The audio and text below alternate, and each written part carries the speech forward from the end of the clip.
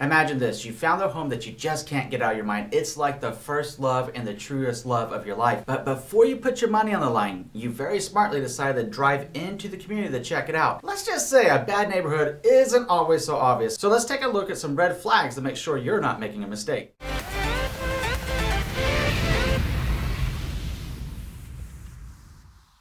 My name is Andrew Finney, and my passion is helping you make sense of real estate. If you need help finding a top agent near you, or if you simply want to drop me a line to say hello, my contact info is below. If you're new here, please go ahead and subscribe this channel now and like this video. Thank you. We all know, my friend, that sometimes when we start digging, we start uncovering some problems. So when we're talking about your home, we want to make sure that we find the right neighborhood for you. Even though we can change your house, we can upgrade it, we can renovate it, we can do so much to it. What's the one thing we can't change? The neighborhood. The first red flag is too many listings on the market in that same community. Now, it's not uncommon that you might have multiple listings in one specific community, but if you drive onto a street, and let's just call it 123 Main Street, and the house on 123 Main Street's for sale, the house on 1234 Main Street's for sale, 12345 is on for sale too. You see where we're going with this? If you have a whole row of homes that are up on the market, that can indicate that there's a potential problem, because why is everybody selling their property all at the same time? Now, it is also important to note, though, if you do see a lot of listings go on the market, if it's an older population in that community, the community itself could be gentrifying, and that could be why you're seeing the turnover in that community as people are downsizing or moving out of the area as they get older in life. That being said, if there's too many listings on one single street or too many listings in one single area, it can definitely signify that there's a possible problem, and it's a red flag to explore a little deeper. We want to make sure that it's not a sinister sign that there might be some crime issues going on in the area, so talk to your trusted real estate advisor, get a crime map link, and investigate a little bit further to make sure it's the right choice for you. The second red flag is that the schools are taking on less students. Now, you might be wondering, Andrew, what does that have to do with the neighborhood and the home sales in the area and the home that I want to buy? Consider that whenever school districts are healthy and the school zone is doing well, that they will normally steadily increase the population until they reach capacity, and at that point they remain stable. If you see the school enrolling less students, then what it could be indicating is that the school is poorly managed, the students aren't liking the school, or the school may have gained a poor reputation, which will send the parents fleeing off to a charter school or a private school very quickly. If that's the case, that also has a direct impact and correlation to the property value itself. You might have noticed by now that homes that reside within a more robust school zone that have higher grades and higher ratings for that school actually impact the property value in a very good way. You notice that those homes are more expensive, while the homes that are in a school zone that doesn't have as high ratings are typically less. We want to make sure that you're making the right decision, even if you don't have kids. But if you're planning on having kids, shouldn't we get the school right to make sure our kids are getting the best education as possible? Something to consider. The third red flag is buying a house that's nearby an industrial zone. When we're talking about an industrial zone, we're not talking about those really nice little strip malls that are extremely convenient whenever you live within just a few minutes of them, to go get your groceries, go get your shopping done, go have a good time. We're not talking about that, or the cute boutique stores. We might be looking at like a close gas station and the house is right next to it, or if it's close to a power relay station, this could impact the property value and present possible health hazards that you want to investigate further. Now, only you can make the decision of what's right and what's best for you. Just make sure that you're taking this into consideration, because it can have a direct impact on your future resale value, and we want to set you up for success. And if the house is nearby a major industrial complex, then you might just want to consider nixing that entire neighborhood altogether, or an auto repair shop, because you're going to have an increased amount of traffic in the area. Only you can decide what's best for you. At the same time, let's make sure that we're setting you up for success by identifying that red flag now. The fourth red flag is there are a lot of empty storefronts. If we go out into the area in the neighborhood and we notice a lot of those leasing signs that are up in the window, this does not bode well for that economy in that area. And then you have to wonder, how prone is that going to be to break-in? How prone is that going to be to vandalism? And we all know that the more vandalism and the more crime in an area, it'll drive the prices down, in addition to making our area less secure. Now, we want to make sure that you get the right links to crime maps in your area, so please contact your trusted real estate advisor, and when you find that house that you really like, insert it into the crime map and see what's going on around that area, what's being reported by your local police department. In doing so, you'll be able to make the best determination possible, that if you're comfortable with what you see in that area and comparing it to other areas that you have in mind. On a side note, when you see a lot of empty storefronts, consider the fact that that generally is an indicator that the residents of the area have less disposable income than they had at one point in time when they built those businesses. So you might be wondering, Andrew, why does that matter exactly?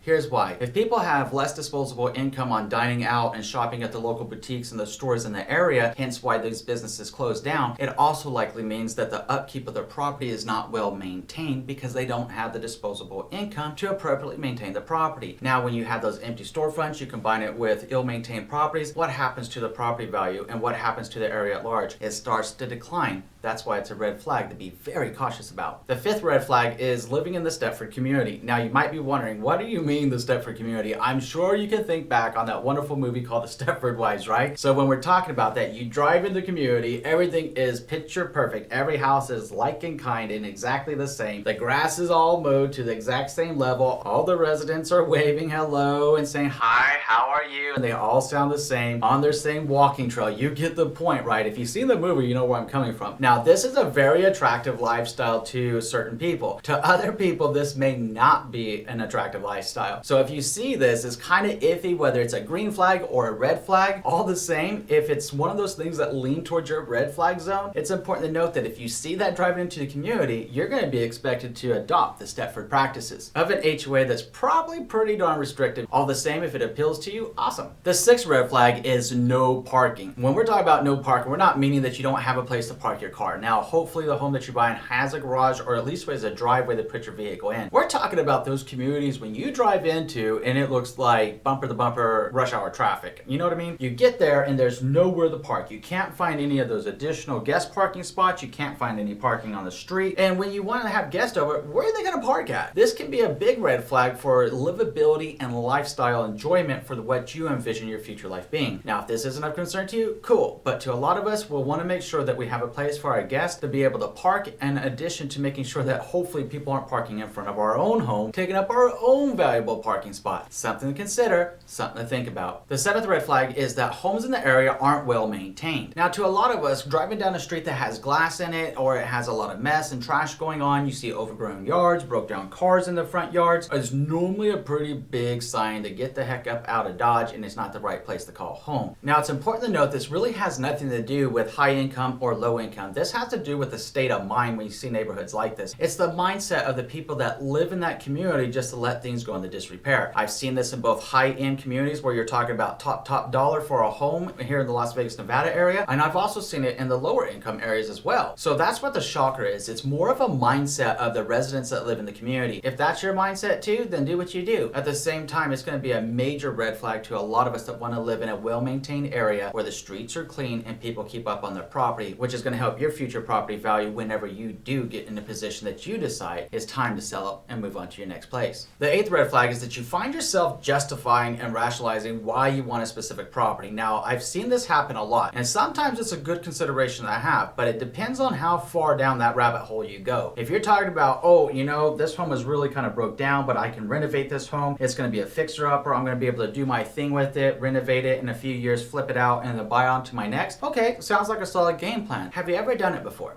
That's the question. Have you done it before, and are you prepared for the cost and the work that it's going to take to get that done? It's something to take a very close look at and consider whether that's the right choice for you. The other thing that I see people do is when they're rationalizing because they're like, hey, you know what? I really want a bigger home. Yeah, I know there's glass in the street, but I think that's going to be okay because I think that people, if I talk to the neighbors, that they're just going to go ahead and start cleaning up their properties, even though they haven't done it for the last 30 years. I think that if I ask them nicely, they might do it. That's when we're talking about Kool-Aid being tainted. We want to make sure that we're realistic and we're honest with ourselves. Sometimes getting into our first home isn't going to be everything that we want it to be. In fact, in a lot of times, it's not going to be the dream home that you have in your mind's eye right now. Getting started into home ownership sooner than later is a smart decision because over time, you're going to be able to build up equity in your house, which is building up your own financial wealth. In the process of doing that, you're keeping your monthly mortgage the same and you're not having to worry about increasing rents. And if that's the case, then you're actually increasing your overall net worth in the process of home ownership over time. So then you can sell that home at some point in the future, 5, 7, 10 years down the road, and be able to get into your new dream home. Now, if you're in the market right now to buy your dream home or maybe your second or third home, let's make sure that we take a really close look and use the lessons that you learned from your previous home purchases and get it right for you. So now let's talk about how to find your ideal home and 5 compromises not to make buying your first home. Looking forward to our next conversation. We'll see you in a few.